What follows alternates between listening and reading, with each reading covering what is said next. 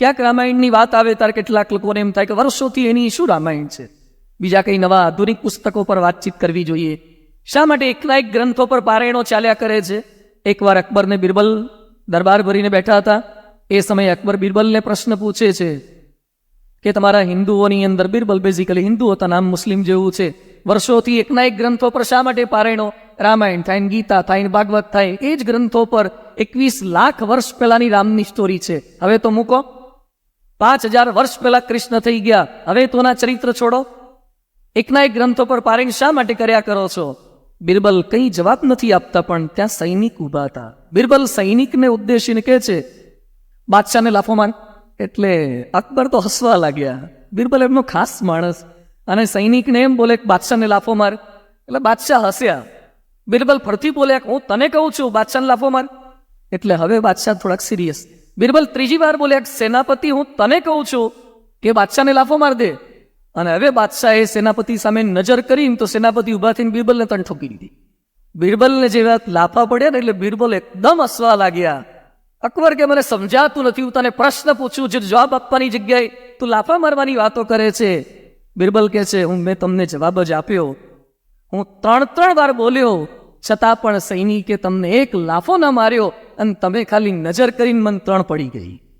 એ કે તમે કેટલું જોરથી બોલો છો અગત્યનું નથી, પણ કયા લેવલ પરથી બોલો છો ને એ અગત્યનું છે.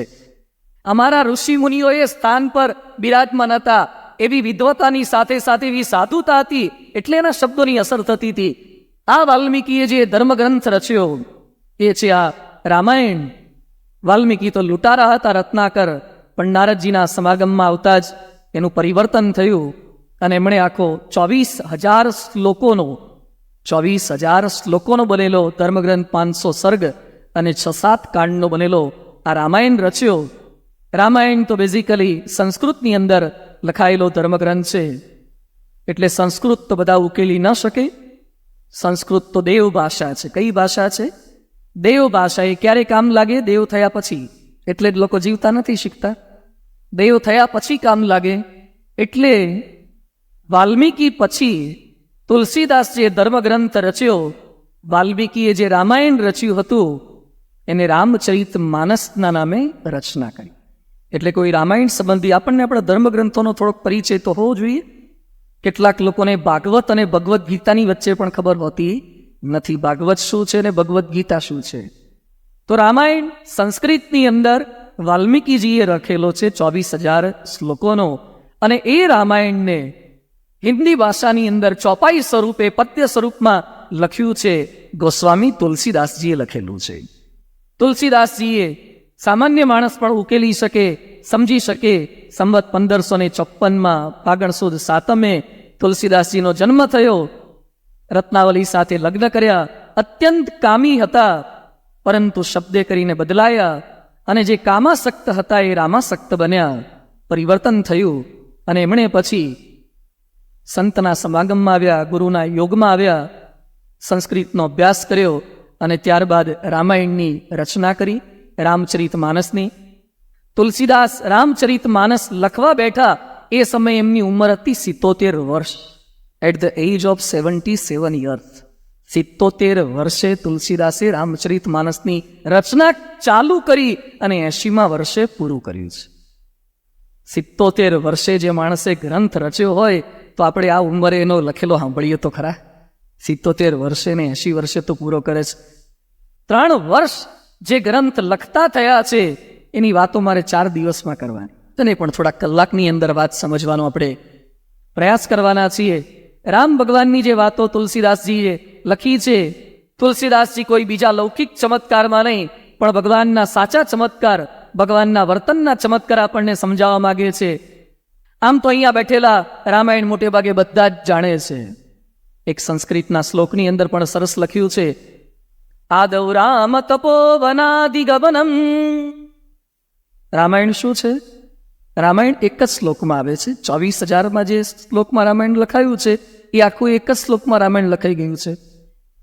આદૌ રામ તપોવનાદિગમનમ હત્વા મૃગમ કાંચનમ વૈદેહી હરણમ જટાયુમરણમ સુગ્રીવ સંભાષણમ વાલી નિગ્રહણમ સમુદ્ર તરણમ લંકાપુરી દાહનમ પશ્ચાદ રાવણ કુંભકર્ણ હનનમ એતદ હિ રામાયણમ.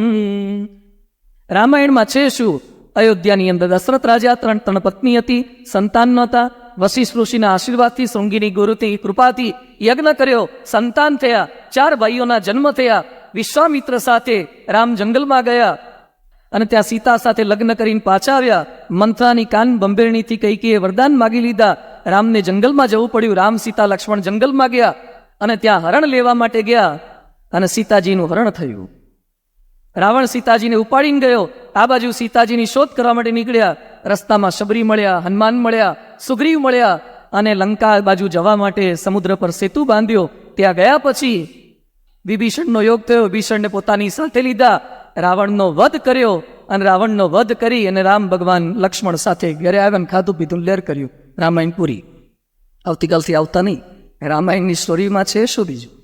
હું કદાચ એમ કહું કે રામ ભગવાનને 5 ભાઈ હતા તો સભા પછી એકાદ બે જણા મન મળે કે 5મો ક્યાંથી લાયા? 4 જ હતા. હું એમ કહું કે રામ ભગવાનને 2 પત્ની હતી તો કે સ્વામી સીતાનું જ વાત છે, બીજી કંઈ આવતું નથી.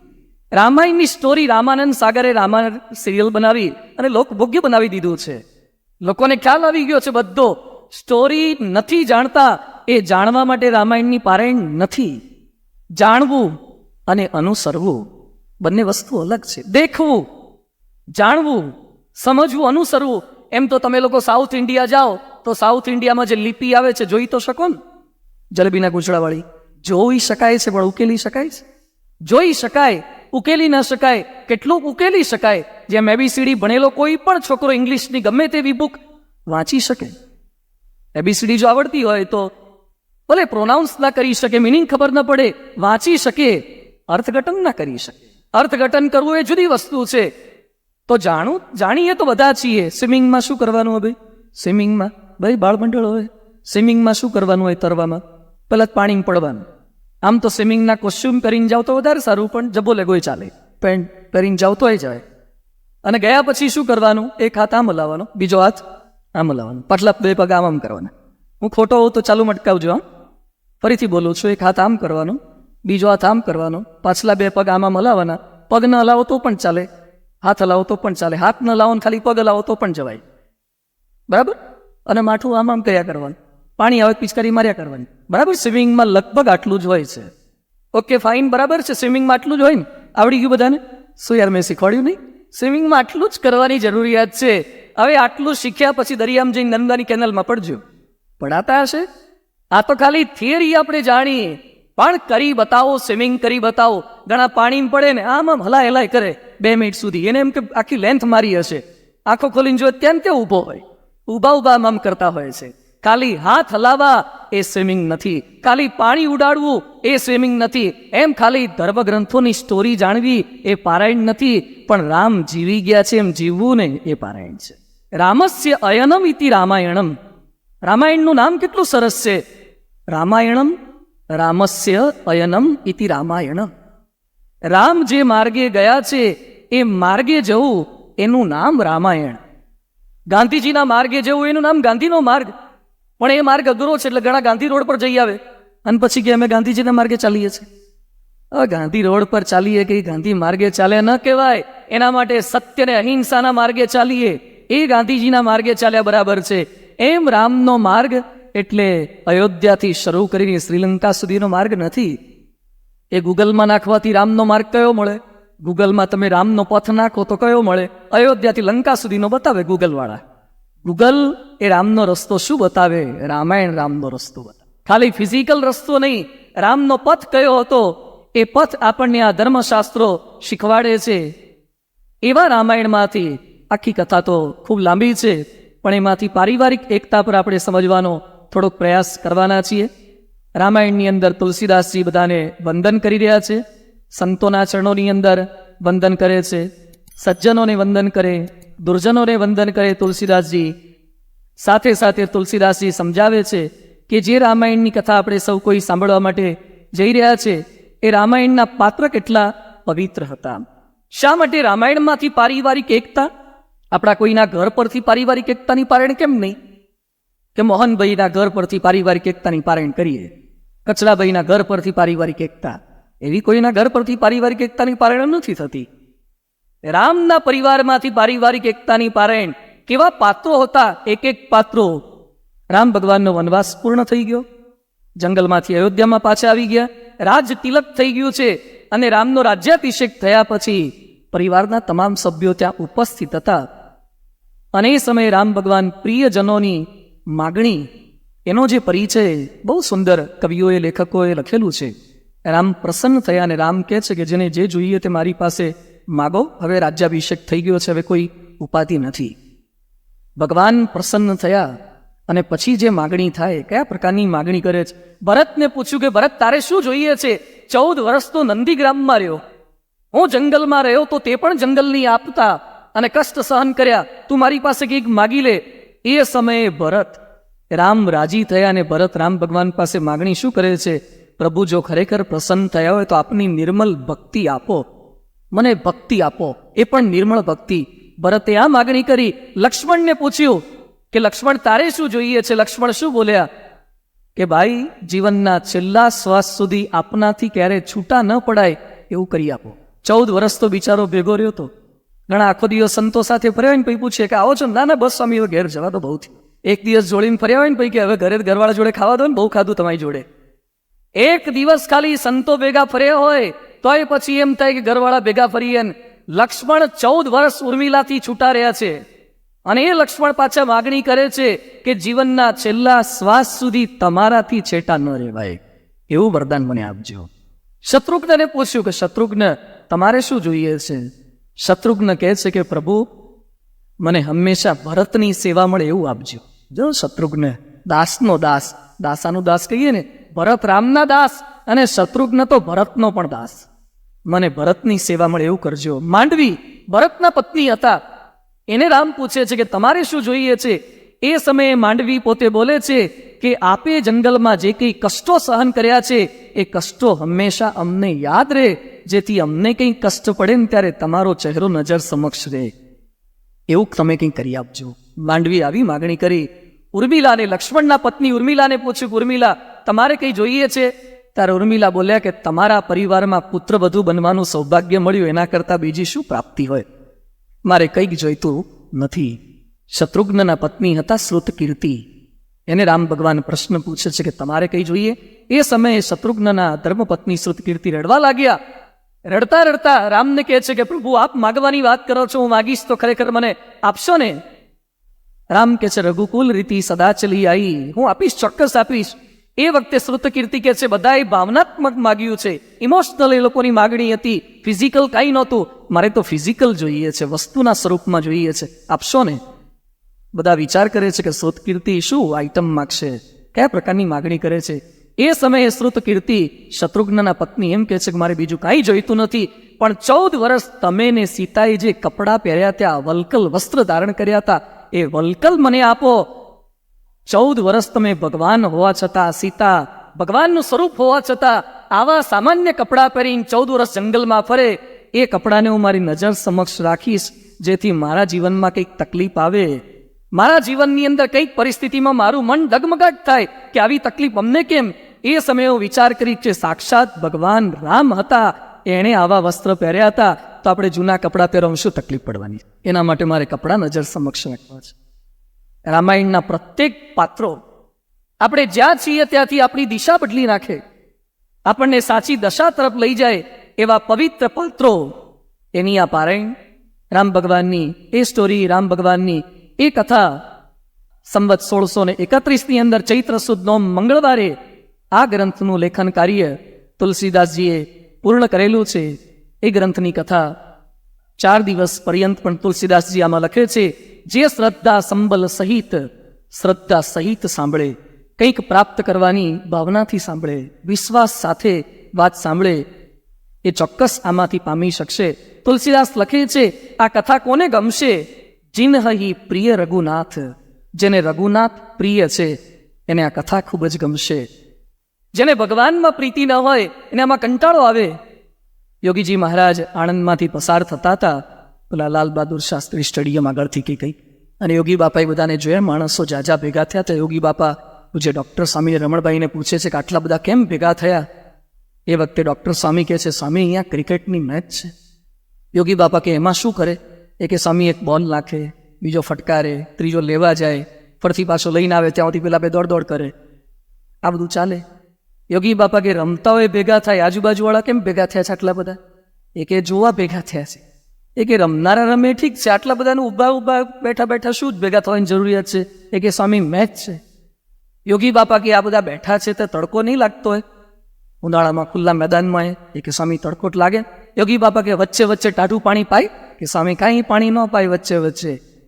યોગી બાપા કે પાણી ન પાય, તડકો લાગે, આપણે તો સરસ કાર્પેટ પર બેસાડીએ, નીચે ના બેસાડીને ખુરશી પર બેસાડીએ, પાછા પ્રસાદય આપીએ, તો એ સ્ટેડિયમમાં ભેગા થાય એટલે આપણે મંદિરમાં કેમ નથી આવતા? પારણમાં કેમ નથી આવતા? તે લાભ જણાય. જેને લાભ જણાય એને મોટેરા સ્ટેડિયમ દૂર નહીં લાગે. જેને લાભ જણાય એને ઓસ્ટ્રેલિયાની ટિકિટ ખર્ચીને કેટલાક હાર જોઈને આવ્યા ઇન્ડિયાની. ઇન્ડિયા હારી ગયું એ જોઈને આવ્યા. જેને લાભ જણાશે, ભારત પ્રત્યે પ્રીતિ હોય તો એ છેક ઓસ્ટ્રેલિયા મેચ જોવા માટે જાય.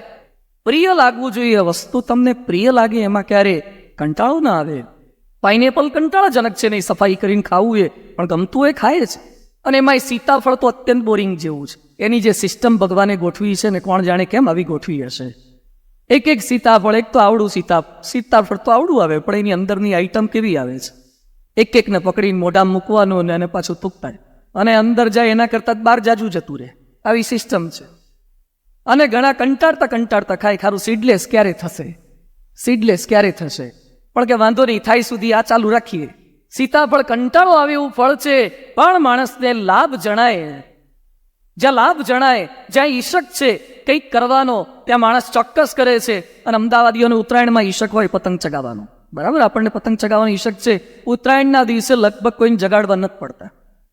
એલાર્મ પહેલા કેટલાક ઉઠી જતા હોય છે, એલાર્મને એ જગાડે, અગાસી પર પહોંચી જાય. અગાસી ના હોય તો કોકની અગાસીએ ચડી ગયા, અને આગલા દિવસે કિન્ના બાંધીને બધું રેડી કર્યું હોય ને પતંગો સેટ કરી રાખ્યા હોય. કેટલાક તો કપાયેલા લઈ આવ્યા હોય, ચેક કરીને કા સ્થિર છે, ગોથા ખાય એવા નથી.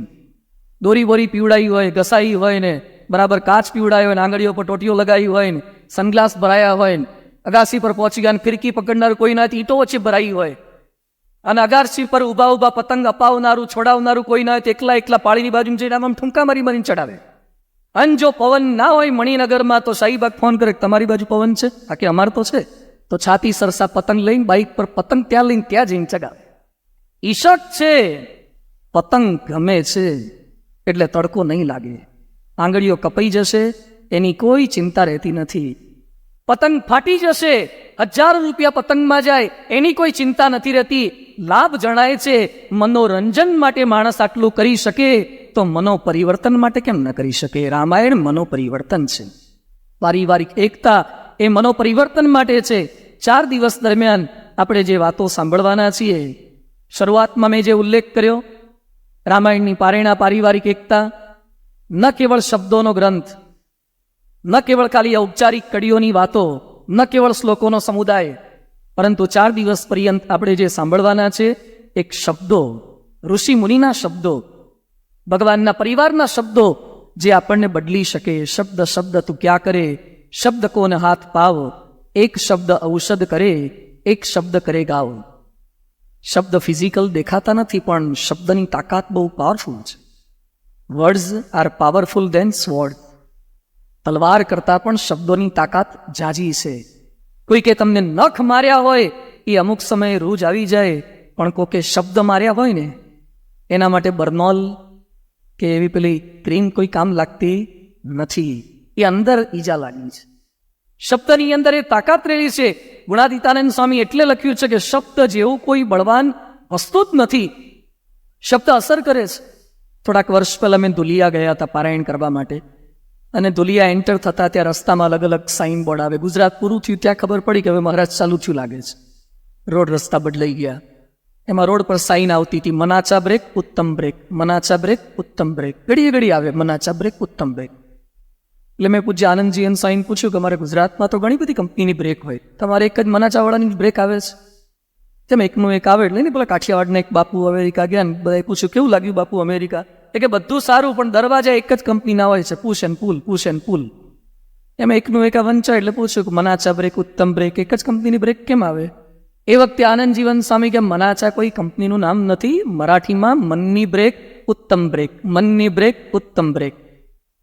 બ્રેક તો પગમાં હોય છે અને પગ પાછો બ્રેક પાસે હોય છે, પણ જ્યાં સુધી અહીંયા નક્કી ના કરો ત્યાં સુધી પગ બ્રેક બાજુ જતો જ. મનમાં બ્રેક વાગવી જોઈએ, આવા વાક્ય લખેલા હતા. બીજું એક વાક્ય લખેલું આવ્યું, ધીરે સે ગાડી ચલાવો તો ઘર પર મિલોગે, તેજી સે ચલાઓગે તો હરિદ્વાર મેં મિલોગે. આવું એક સેન્ટેન્સ લખેલું વાંચ્યું. આવા ઘણા બધા વાક્યો લખેલા હતા. એટલે મેં ત્યાંના એક કાર્યકરને પૂછ્યું, એક સેન્ટેન્સ A4 સાઇઝના પેપરમાં ના હોય, પ્લાસ્ટિક, રેક્ઝિન અથવા તો ફ્લેક્સ પેપર પર ના હોય. એ તો લોખંડનું સ્ટ્રક્ચર હોય, નીચે બેઝ બનાવેલો હોય RCCનો, અને સરસ લાખો રૂપિયાનો ખર્ચો કરેલો હોય. એટલે મેં ત્યાં ભાઈને પૂછ્યું કે એક વાક્ય માટે સાવધાની હટી, દુર્ઘટના ઘટી, સીટ બેલ્ટ બાંધીએ. એક વાક્ય પાછળ ઇન્ડિયન ગવર્મેન્ટ લાખ રૂપિયાનો ખર્ચો કેમ કરે છે? ત્યાંના લોકલ ભાઈએ મને વાત કરી કે સ્વામી, આ બોમ્બે આગ્રા નેશનલ હાઈવે છે, એની રોજની લાખો કાર પસાર થાય છે અને બહુ સ્પીડમાં હોય. આપણા ત્યાં ઓવર સ્પીડિંગની ટિકિટ તો એવી કંઈ હોતી નથી. અમેરિકામાં તો તમે અમુક સ્પીડ વધારે જાય એટલે તરત ટિકિટ મળી જતી હોય છે અને ઘરે આવી જાય. આ વખતે તમે લંડનમાં જતા ને એક ભાઈ સ્પીડમાં ચલાવતા હતા, અચાનક ધીમી ચલાવી. તું કેમ બ્રેક અચાનક મારી? કોઈ બમ્પ નથી, કશું જ નહીં. મને કેમેરા ચાલુ છે. કેમેરા ચાલુ હોય એ કે ફોટો પડી જાય, સ્પીડ સાથે પડી જાય. ફોટો પડી જાય ભલે ને પડતો. મને કે ઘેર આવે. પણ આપણે રાત્રે હવે સભા કરીને પાછા આવતા હતા. મેં કીધું અંધારું છે ને ફોટો કેવો આવે? મન કે લગ્ન કરતાંય સારો આવે. લગ્નમાં પેલા હેલોજનમાં પાડ્યો હોય ને એના કરતાંય સારો આવે છે. નંબર પ્લેટ સાથે મોકલાવે છે, સ્પીડ સાથે મોકલાવે છે. એટલે ઓવર સ્પીડિંગ કોઈ કરે નહીં બ્રિટનમાં કે એમાં. જ્યાં કેમેરા હોય ત્યાં તો ભૂલે ચૂકે ન કરે. અને ભારતમાં તો ભગવાન સિવાય કોઈની તાકાત નથી કે આપણને ટિકિટ કાપે. ભગવાન સજા કરે, બાકી પોલીસોની શું તાકાત આપણને સજા કરી શકે? એટલે અહીંયા આવા સાઇનબોર્ડ એટલે લખ્યા છે કે રોજની લાખો કાર પસાર થાય છે. કદાચ કોઈક વાંચે, કોઈક અનુસરે, સ્પીડ કંટ્રોલમાં રહે અને એક્સિડન્ટ થતા બચી જાય તો આખો પરિવાર બચી જાય, એટલે લાખ રૂપિયાનો ખર્ચો કરે છે. એમ 4 દિવસ દરમિયાન આપણે પારાયણનું આયોજન કર્યું. અમે રાજકોટથી આવ્યા. 4 દિવસ કલાકો સુધી બોલ કરશું. કદાચ કોકને અડી જાય, કોકનો પરિવાર બચી જાય ને તમારું ભાડું વસૂલ થઈ જશે. શબ્દ આના માટે જ. શબ્દ પરિવારને બચાવી શકે છે. એટલે આ 4 દિવસની પારાયણ, 4 દિવસની પારિવારિક એકતા એ શબ્દ સત્ર છે. શબ્દે કરીને અબ્દુલ કલામ સાયન્ટિસ્ટ બન્યા અને શબ્દે કરીને હિટલર એ આવા બધા આતંકવાદી પ્રકૃતિના બન્યા છે. શબ્દે કરીને માણસનો ફેરફાર થયેલો. શબ્દે કરીને રત્નાકર એ વાલ્યમાંથી વાલ્મીકી બન્યો. શબ્દ રામ રામ રામ રામ બોલવા લાગ્યો. અને પરિવર્તન કઈ કક્ષાનું પરિવર્તન? એક લૂંટારો ક્રૌચ પક્ષીનો વધ થાય અને શોકઃ શ્લોકત્વમ આગતઃ. જે માણસને મારતા નહોતો ખચકાતો એ પક્ષીનો વધ થાય અને દુઃખી થાય અને એમાંથી વાલ્મીકી ઋષિ બની જાય. નારદજીએ કયો શબ્દ આપ્યો? રામ રામ. એને રામ બોલતા નહોતું ફાવતું. શું બોલતો? બરા. અને તોય બદલાઈ ગયો. ઘણા કે અમે વર્ષોથી રામ રામ બોલીએ તોય બદલાતા કેમ નથી? પણ વાલીઓ કેવી રીતે રામ રામ બોલતો હતો? ઉપર રાફડો થઈ ગયો છતાં ખબર ન રહી. અને વર્ષો પછી નારદજી નીકળ્યા, અંદરથી અવાજ આવે રામ રામ રામ રામ. અને આ વાલ્મીક ખસેડ્યું અંદરથી. અને ત્યારે અંદરથી આ ઋષિ નીકળ્યા. વલ્મીકસ્ય અપત્યમ પુમાનિતિ વાલ્મીક. વલ્મીકમાંથી, રાફડામાંથી જે નીકળ્યા એટલે એનું નામ વાલ્મીક ઋષિ પડ્યું. ઉપર રાફડો જામી ગયો છતાં ખબર ન પડી કે આપણે ભજન કરી રહ્યા છે. બહુ સમય થઈ ગયો. આને ભજન કહેવાય. તો વાલિયામાંથી વાલ્મીકી થવાય. આ તો પૂજા લઈને બેઠા, એક બાજુ દિવ્ય ભાસ્કર, બીજું ગુજરાત ખોલ્યું અને સામે ચેનલ તો ચાલુ જ હોય.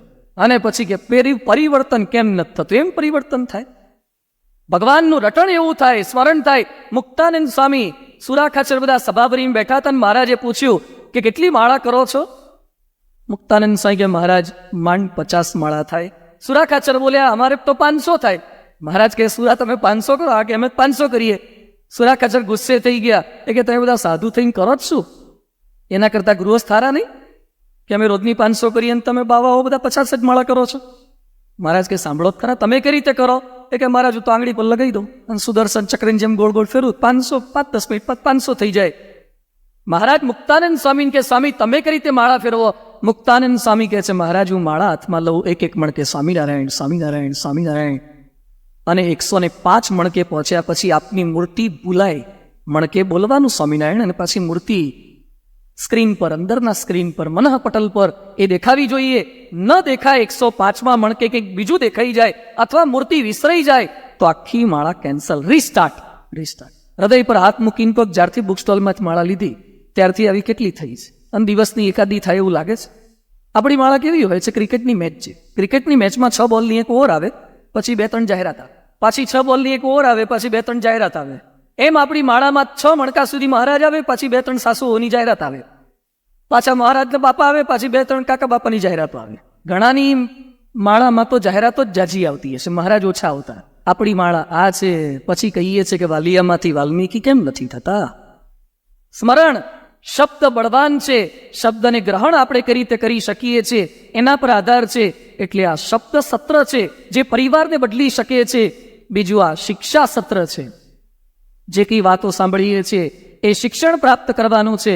પરમ પૂજ્ય પ્રમુખ સ્વામી મહારાજ કહે છે, તસ્માત શાસ્ત્રમ પ્રમાણમ તે, ગીતાજીમાં જે લખેલું છે હૃદયનું શિક્ષણ આ ધર્મગ્રંથો આપણને આપે છે. બીનું સત્સંગ ને વિવેક ન હોય એ હૃદયનું શિક્ષણ પ્રાપ્ત થશે. ત્રીજું, આ પારાયણની અંદર આપણા પરિવારની અંદર શબ્દોથી ફેરફાર થશે, શિક્ષણથી ફેરફાર થશે, સાચી શોભા વધશે. આ શોભા સત્ર છે. દરેકને શોભાયમાન થવું છે. સરસ કપડાં પહેરીએ છીએ, ચહેરો સરસ બનાવીએ છીએ, હેરસ્ટાઇલ સરસ કરીએ છીએ. હમણાં જ એક છોકરો મને મળ્યો હતો ત્યાં જ રાજકોટ બાજુ. એના વાળની સ્ટાઇલ મેં જુદી જોઈ, એટલે મેં પૂછ્યું આ કયા પ્રકારની કટ છે? મને કે સમર કટ, ઉનાળામાં રાખવાની કટ છે. અલગ અલગ પ્રકારની માણસ કટ કરે છે હેન્ડસમ થવા માટે. ટેટુ ચિતરાવે છે, નવો ક્રેઝ ટેટુનો આવ્યો છે. શોભા વધારવી છે, શરીરની શોભા વધારવી છે. ફેશિયલ કરો, જાત જાતની દાઢી કરે. અમારા મોરબીમાં એક આપણો જ હરિભક્ત છે, હેર કટિંગ સલૂન છે. મેં એને પૂછ્યું, શું ભાવ લો છો તમે? અમારે તો પૂછવાના હોય નહીં કંઈ, પણ આ તો લોકોને ખબર તો પડે કેટલા લેતા હોય છે આપતા. કેટલા લે? દાઢી કેટલા ઇંચ થાય? મને કે જેવી દાઢી. જેવી દાઢી બધાને આખી જ દાઢી હોય ને. હવે મને કે દાઢીમાં પ્રકાર હોય, બધા જાત જાતના પ્રકાર. તો આ કેટલા જ ચાલુ થાય? મને કે 150 રૂપિયા જ ચાલુ થાય દાઢીનો ભાવ. મારે મોરબીમાં 150 થી 150, 750 સુધી દાઢીના લે છે. સ્પેશિયલ દાઢી, ડિલક્સ દાઢી. ડિલક્સ મહેંગો મળતો જોયો તો દાઢી પાછી ડિલક્સ દાઢી, દાઢીમાં ડિલક્સ દાઢી. અને વાળ 5000 રૂપિયાના વાળ કાપે છે. જાત જાતની મરામત ને બધું એક્સરસાઇઝ કરાવડાવે ને બધું કરે. માણસને રૂપવાન દેખાવું છે, વાળમાં, દાઢીમાં, ચહેરામાં, ટેટુમાં, કપડામાં કેટલો ખર્ચો એમાં થાય છે. આ શોભા, પણ આ બધી જ શોભા હોય, પણ જો તમારી અંદરની શોભા ના હોય. સંજય દત્ત બહુ જ રૂપાળા છે, બહારની શોભા ખૂબ સારી, પણ અંદરની શોભા નહોતી. એટલે પૂનાની અરવડાની જેલની અંદર જવું પડ્યું ને, હજી કેસ ચાલુ છે. બહારની ગમે તેટલી શોભા હશે, પણ જો અંદરની શોભા નહીં હોય તો અશાંતિ રહેશે. અને દુનિયાના તમામ હિન્દુ મંદિરોની અંદર લગભગ તમામ સ્થાનોમાં ગણપતિજી હનુમાનજીને પધરાવે છે. એ ગણપતિની શોભા કેવી? નીચે માણસનું શરીર અને ઉપર તો હાથીનું શરીર. શું કોમ્બિનેશન છે! છતાં ગણપતિને પ્રત્યેક કાર્યની અંદર વિઘ્નેશ્વરાય વરદાય એમ કહીને પ્રારંભ થાય. કોઈ દિવસ બોલ્યું શાહરૂખાય સ્વાહા, સલમાનાય સ્વાહા. ગમે તેટલા રૂપાળા હોય, વિઘ્નેશ્વરાયથી પ્રારંભ કરે છે, ગણપતિને યાદ કરીને પ્રારંભ કરે છે. શોભા શરીરની શોભા નહીં, અંતરની શોભા. અબ્દુલ કલામ કાળા છે, મુસ્લિમ છે, છતાં ભારતના 80 કરોડ હિન્દુમાંથી મોટા ભાગના અબ્દુલ કલામને ગમાડે છે. શા માટે? એ કાળા છે, પણ હૃદયથી ધોળા છે. આજે જોઈ લો, પરમ પૂજ્ય પ્રમુખ સ્વામી મહારાજ માથા પર કઈ હેરસ્ટાઇલ છે? હેર જ નથી. કપડાં કેવા ભગવા કપડાં પહેરે છે, મોઢામાં ચોકઠા સેટ નથી થતા. અત્યારે રિસન્ટ વિડીયો જોજો, બધી ગુરુ હરિદર્શન દાદાની જેમ મોઢું હલાય હલાય કરતા હોય છે. પૂરી શકાય દાદા જેવા લાગે સાવ 94 વર્ષે, અને ભગવા કપડાં પહેરે છે, વ્હીલચેરમાં બેઠા હોય છે, છડી થોડીક આમ હલાવે. કાંઈ બીજું લુક નહીં, કોઈ એવા ગેટઅપ નહીં, કોઈ એવું કંઈ ચાલવા કરવાનું નહીં. વ્હીલચેર હલાવે એમ હલી શકે, આટલું જ. છતાં અમેરિકાથી, બ્રિટનથી, યુરોપથી, આફ્રિકાથી, કેનેડાથી, ઓસ્ટ્રેલિયાથી હરિભક્તો પ્રમુખ સ્વામી મહારાજના દર્શન માટે કેવો કઈ શોભા છે! એમના ફોટોગ્રાફ ઘરમાં રખાય, ન કેવળ ઘરમાં, પાકીટની અંદર રખાય, આપણી પૂજામાં રખાય, આપણી પેનમાં રખાય. દરેક જગ્યાએ હૃદયની શોભા. બહારની શોભા ટેમ્પરરી છે, હૃદયની શોભા કાયમી છે. બિગ બજાર પર, ક્રિસ્ટલ મોલ પર, પેલા મોટા મોટા મોલ ઉપર હીરો હિરોઈનના હોર્ડિંગ્સ લગાવવામાં આવતા છે. ઇસ્કોન પ્રોઝોન મોલ પર ચહેરાની સુંદરતાથી જેટલા ઉપર ચડ્યા છે ને એ બધા 5 મહિને, 6 મહિને, 10 મહિને, વર્ષે નીચે આવી જશે. પણ રોડ પર જેટલી મૂર્તિઓ છે ને જોઈ આવજો, ગાંધીજીની, લક્ષ્મીબાઈની, એ લોકોને દુનિયાની એએમસીની તાકાત નથી કે એકવાર ચડ્યા પછી નીચે ઉતારી શકે. જે ચહેરાની સુંદરતાથી ઉપર ચડ્યા હોય એ અમુક સમય નીચે ઉતરી જાય. જે હૃદયની સુંદરતાથી મૂર્તિ બની ગયા હોય ને એને કોઈ નીચે નથી ઉતારી. રામાયણ એ શીખવે છે હૃદયની સુંદરતા કઈ રીતે પ્રાપ્ત થાય આપણા પરિવારની અંદર. અને ચોથું, રામાયણ એ સમાધાન સત્ર છે. જે કંઈ પ્રશ્નો આપણા પરિવારમાં આવે છે એની વાતો અહીંયા બેઠેલા કેટલાકને 4 વ્હીલ ન હોય એવા કેટલાક હશે, કેટલાક પાસે આઈપેડ ન હોય એવા પણ કેટલાક હશે, જેની પાસે લેપટોપ ન હોય એવા પણ કેટલાક હશે, કેટલાકને પોતાનું મકાન ન હોય એવા પણ કેટલાક હશે, કેટલાકને મકાન હશે પણ દસ્તાવેજ નહીં હોય એવા ઘણા હશે સૂચિતવાળા. આવાય હોય પણ એમ પૂછવામાં આવે કે કોઈ જ પ્રશ્ન ન હોય, ન શારીરિક, ન માનસિક, ન આર્થિક, ન સામાજિક, કોઈ પ્રકારનો પૂર્વે પણ ન થયો હોય, અત્યારે પણ ન હોય, ભવિષ્યમાં પણ ન આવવાનો હોય એવા ગેરંટીવાળા કેટલા? દરેકને કંઈક ને કંઈક પ્રશ્ન છે. એ પ્રશ્નોના સમાધાન આ ધર્મગ્રંથોમાંથી પ્રાપ્ત થાય. એ પારિવારિક એકતા રામાયણમાંથી શીખવા મળે. એકવાર એક રેલવે સ્ટેશન ઉપર એક દાદા દાદી બેઠા હતા અને બાંકડા પર બેઠા બેઠા ટ્રેન આવવાની વાર હતી એટલે રામાયણ વાંચતા હતા. ગિરધર કૃત રામાયણ ને બધા રામાયણ આવે, તુલસીદાસજીનું રામાયણ. તો એક નવું કપલ તાજા લગ્ન કરીને કંઈક ફરવા નીકળ્યા હશે. એ લોકો આવ્યા, દાદાને રામાયણ વાંચતા જોયા. એટલે પેલો યુવાન કે દાદા આ શું વાંચો છો? કે બેટા રામાયણ વાંચીએ છીએ. રામાયણ તો કંઈ વાંચવાની ચીજ છે. સવારનું છાપું સાંજે એક્સપાયરી ડેટનું થઈ જાય. પશ્ચિમ જતું રહ્યા તો 21 લાખ થઈ ગયા. હવે ઇન્ડિયા ટુડે વાંચો. આ મોદી અત્યારે ફ્રાન્સ ને જર્મનીની યાત્રાએ ગયા છે એ થોડુંક વાંચો. અને આ જમીનનું બિલ પસાર થવામાં તકલીફ પડે છે એ થોડુંક બધું જાણો કરો.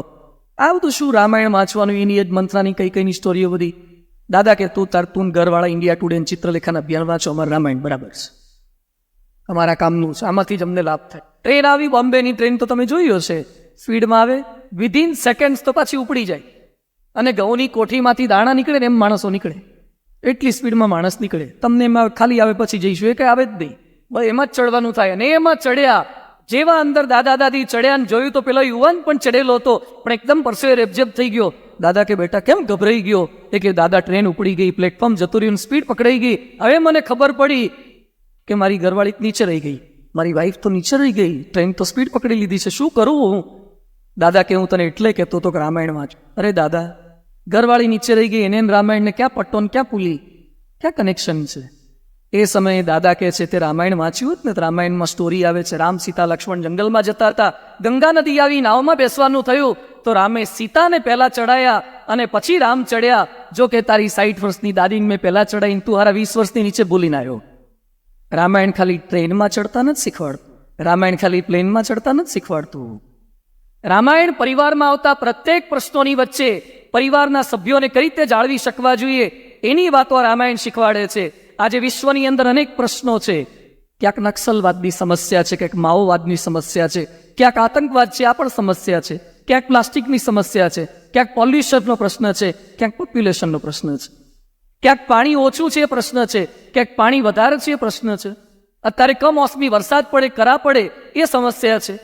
ઠેર ઠેર સમસ્યા, સમસ્યા, બારે સમસ્યા, પ્રશ્નો ચોતરફ. રોજ છાપું ખોલો ને સમાચાર શેના આવે છે? સમસ્યા, પ્રશ્નો, આ જ બધી વાતો આવે છે. પણ આ બધામાં મોટા મોટી સમસ્યા કઈ છે?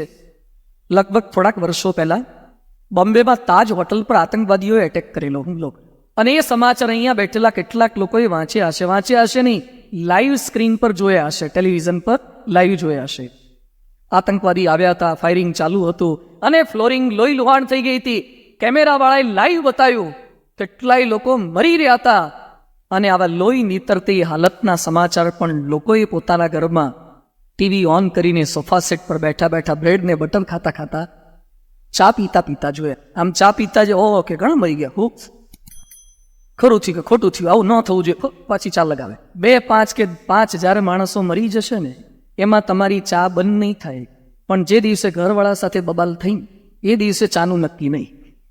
અથવા તો કેવી થાય નક્કી? જાપાનમાં સુનામી આવે એ આપણને વધારે નડે કે તમારા ઘરમાં બાથરૂમમાં નળ લીક થાય એ વધારે નડે? શું નડે આપણને? જાપાનનું સુનામી નથી નડતું, આપણને બાથરૂમમાં નળ લીક થાય છે નડે છે. કેટલાક કે પાકિસ્તાન સાથે સંબંધ મોદીએ સુધારી નાખવા જોઈએ. પાકિસ્તાનની વાત બાજુ પર મૂકે તો મોદીનું કામ છે, તું પેલા પડોશીની વાટકી લીધી પાછી આપી આવ. પાડોશી સાથે સંબંધ સુધારો, જે આપણી રેન્જમાં છે, આપણે શું કરી શકીએ. સૌથી વધારે પ્રશ્નો આપણને આ નડે છે. માણસ બીજા પ્રશ્નોની વચ્ચે કામ કરી શકે. અબ્રાહમ લિંકન અમેરિકાના જેટલા પ્રમુખ થયા એમાં શ્રેષ્ઠ પ્રમુખ તરીકે અબ્રાહમ લિંકન થયા છે. બહુ જ ગરીબ હતા, કઠિયારાનો દીકરો. એની માતાએ અબ્રાહમ લિંકનને ઝાડની છાલ ઉપર એબીસીડી શીખવાડી અને એબીસીડી ભણાવી હતી. ઝૂંપડામાં રહેતા હતા. એ અબ્રાહમ લિંકન 13 વખત અમેરિકાના પ્રેસિડેન્ટના ઇલેક્શનની અંદર હારી ગયા, પણ છતાં હી સ્ટ્રગલ વેરી હાર્ડ, ઝઝૂમ્યા અને પ્રેસિડેન્ટ બન્યા. એ જ લિંકન, દ્રઢ મનોબળવાળો માણસ, પણ લિંકનની લાઈફમાં જો લિંકને પોતાના જીવનમાં આત્મહત્યાનો પ્રયત્ન કર્યો હતો. લિંકન આત્મહત્યા કરવા માટે ગયા હતા. શા માટે? પત્ની સાથે નહોતું બનતું. તમે પ્રજાપ્રિય થઈ શકો, પણ પત્ની પ્રિય થવું અઘરું છે.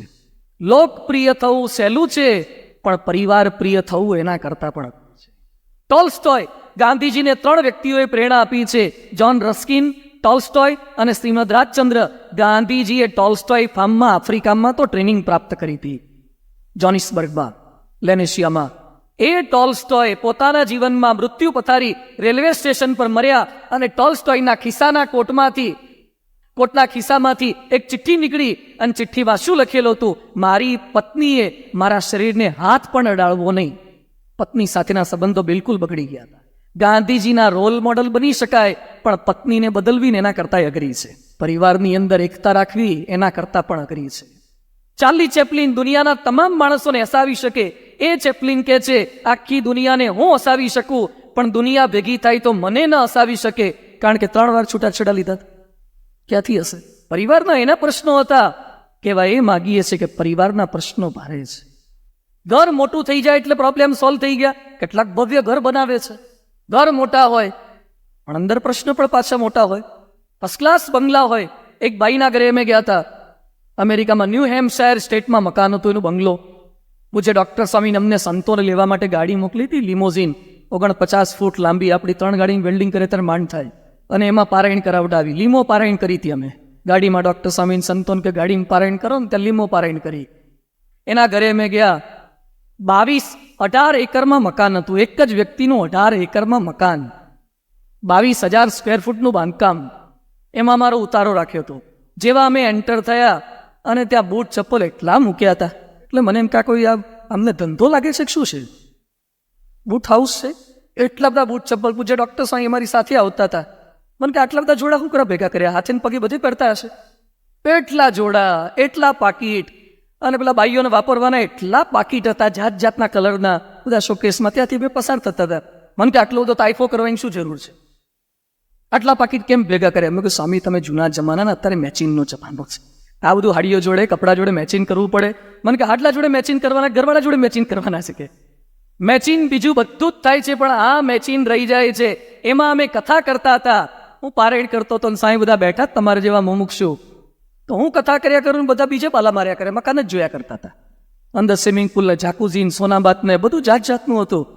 આ બાત તો જો, મને કે તમે પછી છો, આ બધું જોઈ લઈએ ને. કે આટલો મોટો બંગલો, એના ઘરે મેં 3 દિવસ રોકાયા હતા. હી હેઝ ઓલ્સો પ્રોબ્લેમ, એને પણ પ્રશ્ન છે. એક ભાઈના ઘર આગળથી અમે પસાર થતા હતા અને ઘર પર લખ્યું હતું હાશ, બેડ લેટર. એક જ શબ્દ છે, હાશ.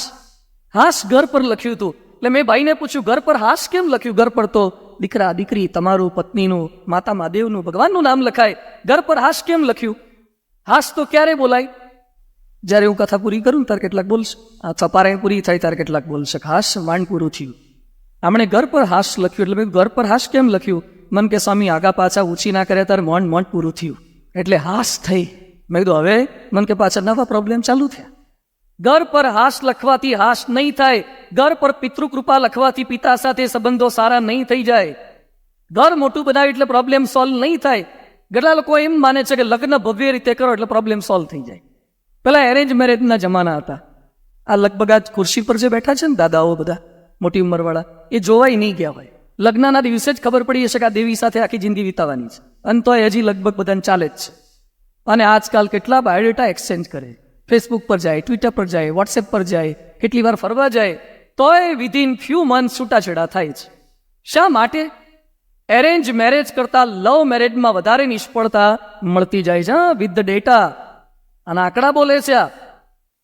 એમ માને છે કે લવ મેરેજ કરીએ તો સફળતા મળે, ખાલી મેરેજની સ્ટાઇલ બદલવાથી સફળતા મળી જાય.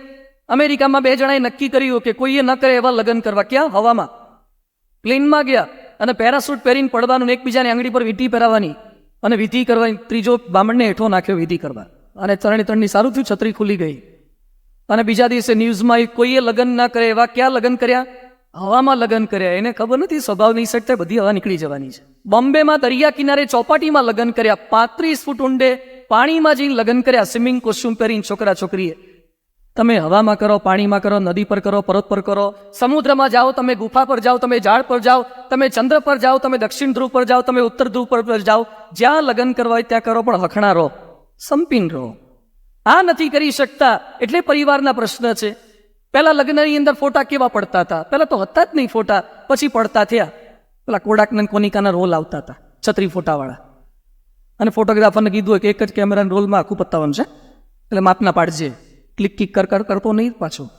અને પછી દોડાવવાના, અને દોડાવતા પહેલા જો પાટલું ઢાંકણું ખુલી ગયું છે અને જાતે બધું ધોવાઈ ગયું હોય, આવા છત્રી ફોટા થાય. અને પછી એના આલ્બમમાં ભરાયા હોય ને વરસ પછી આમ અમે ચોંટી ગયા હોય, ઉખડે નહીં. હવે ડીવીડી થઈ ગઈ, લગ્નની ડીવીડી જેવી બોલિવૂડની બહાર પડે એવી તો ડીવીડીઓ બહાર પડે છે.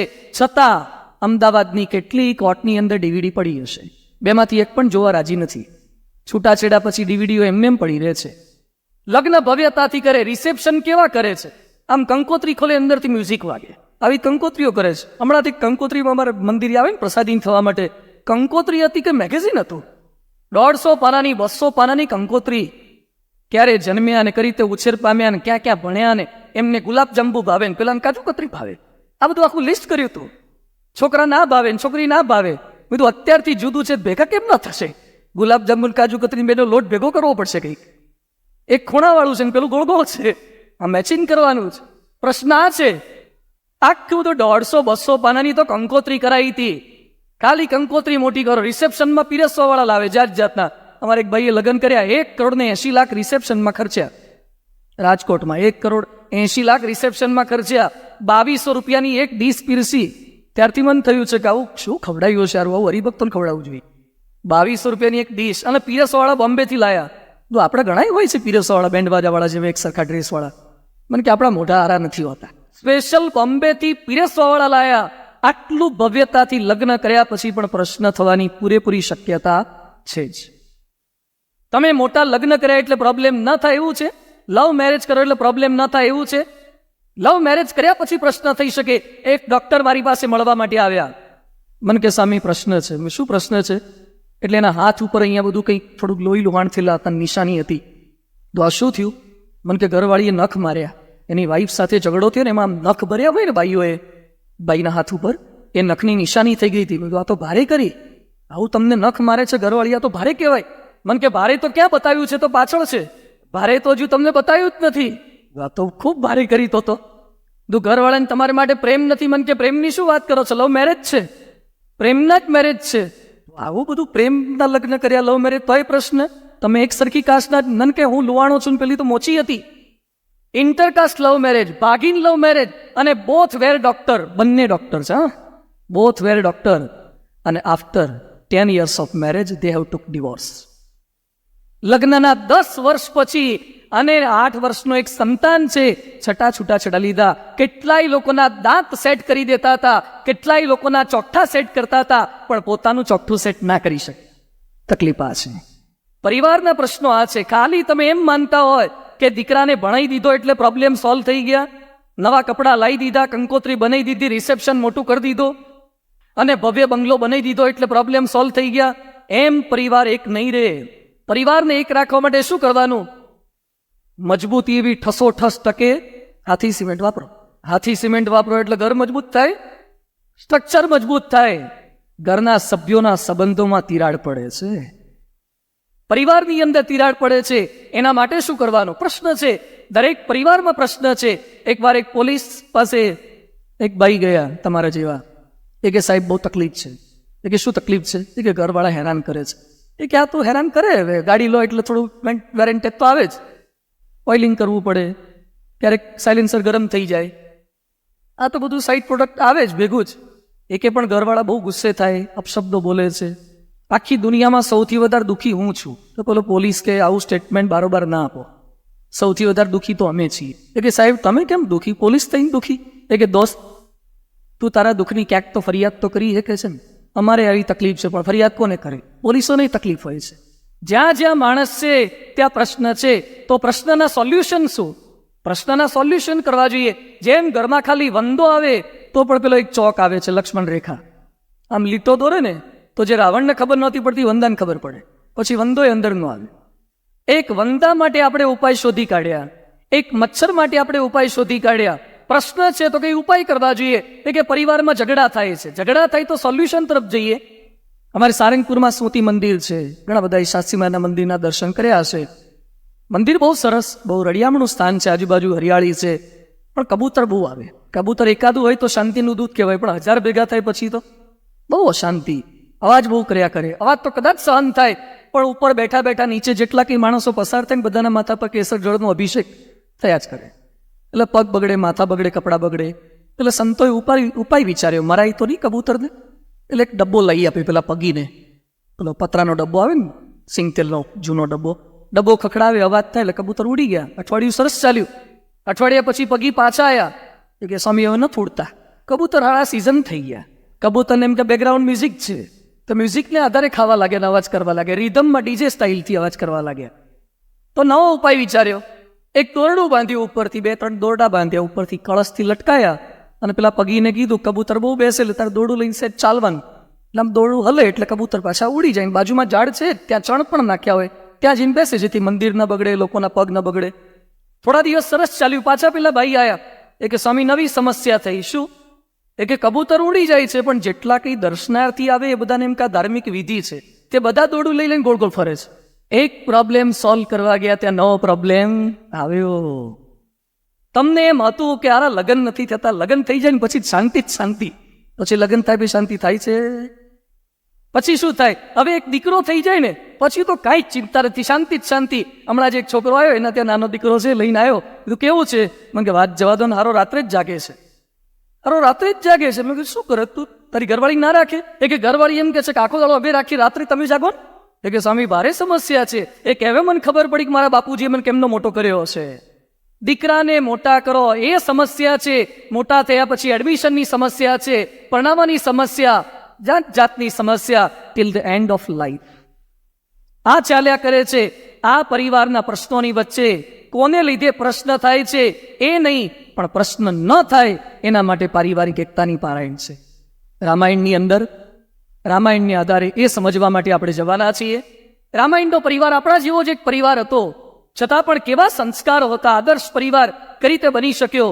આ 4 દિવસ દરમિયાન રામના પરિવારની વાતો આપણે સમજવાના છીએ. રામનો પરિવાર સંસ્કારી પરિવાર, શ્રી રામચંદ્રજીનો પરિવાર સંપીલો પરિવાર, શ્રી રામચંદ્રજીનો પરિવાર સમર્પિત પરિવાર, શ્રી રામચંદ્રજીનો પરિવાર સહનશીલ ક્ષમાશીલ પરિવાર, અને રામચંદ્રજીનો પરિવાર સત્સંગી પરિવાર.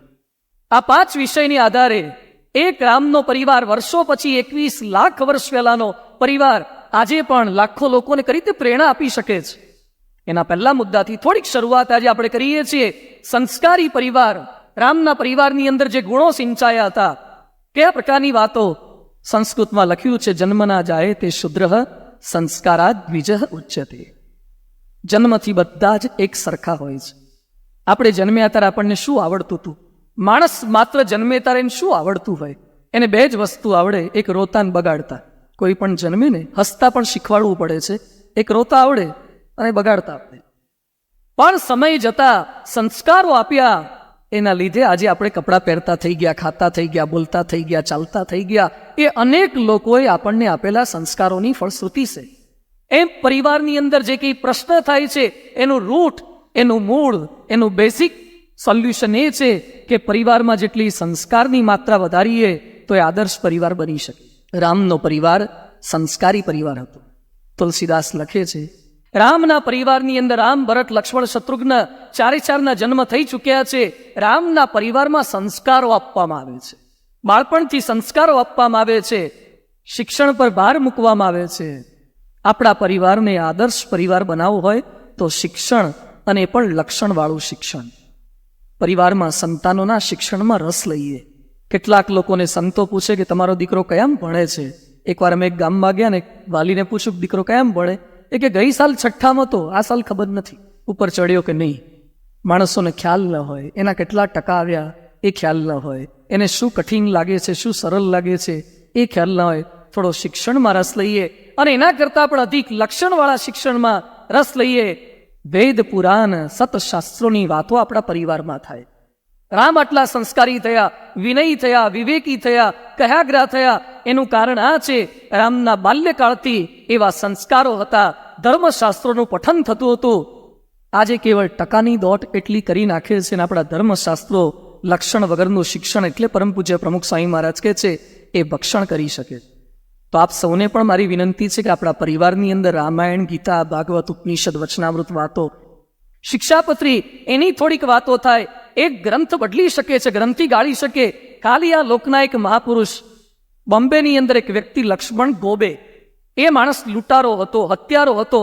એને રેઝર મારવાની એક કુટેવ, એટલે રેલવે સ્ટેશન પર ચોપાટી પર જેટલા માણસો બેઠા હોય એને રેઝર મારી આવે, ઈજા કરી આવે અને પોલીસ એને પકડે, જેલમાં પૂરે, છૂટે ને ફરતી પાછો રેઝર મારવી, એવી માનસિકતા થઈ ગયેલી. બોમ્બેની તમામ જેલો એને પ્રસાદીની કરી હતી. જેલમાં જઈને સજા થાય, પાછો છૂટીને બહાર જઈને આ ધંધા કરે. એકવાર જેલરે વિચાર કર્યો કે માણસ આવા ધંધા કરે, હિંસક થયો છે ને બદલવો છે, અને સત્યના પ્રયોગો ગાંધીજીની આત્મકથા વાંચવા માટે આપી. આ માણસે ખાલી સત્યના પ્રયોગો ગાંધીજીની આત્મકથા વાંચી, બદલાયો. એણે જેલરને લેટર લખ્યો, જજને લેટર લખ્યો કે હવે મને બહાર મોકલતા નહીં, મારે મારી બધી જ સજા ભોગવવી છે. બદલાયો, જેલમાં પારાયણ ચાલુ કરી, સત્યના પ્રયોગો પર પારાયણ ચાલુ કરી. આ લોકના એક સામાન્ય સદગુણી વ્યક્તિનું જીવન ચરિત્ર જો કોકને બદલી શકતું હોય તો ભગવાનને સંતના ચરિત્રો કેમ ન બદલી શકે? આપણા પરિવારમાં આ પ્રકારના ધર્મશાસ્ત્રોનું પઠન થાય. નચિકેતાની વાતો કઠ ઉપનિષદની. નચિકેતાને એના બાપ એમ કે છે કે જા મરી જા, યમના દ્વાર પર જા. એ જ નચિકેતા યમરાજ પ્રસન્ન થયા પછી વરદાન શું માગે છે? હું પાછો જઉં ત્યારે મારા બાપુજીને મારા પ્રત્યે એટલી જ પ્રીતિ હોય, મારા બાપને મારા પ્રત્યે લેશ માત્ર આંટી કે રીસ ન હોય. બાપે પોતાના સગા દીકરાને મરી જાય એવું કીધું, છતાં પણ દીકરો બાપ પ્રત્યે લેશ માત્ર રીસ નથી રાખતો. આ સ્ટોરી જો આપણા સંતાનોને વંચાઈ હોય તો બાપ અને દીકરાઓ વચ્ચે આંટીઓ ન પડે. એના માટે આ ઉપનિષદની સ્ટોરી છે, ઈશાવાસ્ય ઉપનિષદની સ્ટોરી. ઈશાવાસ્યમ ઇદમ સર્વમ યત્કિંચ જગત્યામ જગત, જ્યાં જ્યાં નજર મારી ઠરે યાદી ભરી ત્યાં આપની. ભગવાન બધું જ જુએ છે. કબીરજીએ લખ્યું છે, ચીટી કે પાવ મેં ઝાંઝર બસતા હે વો ભી મેરો સાહિબ સુનતા હે.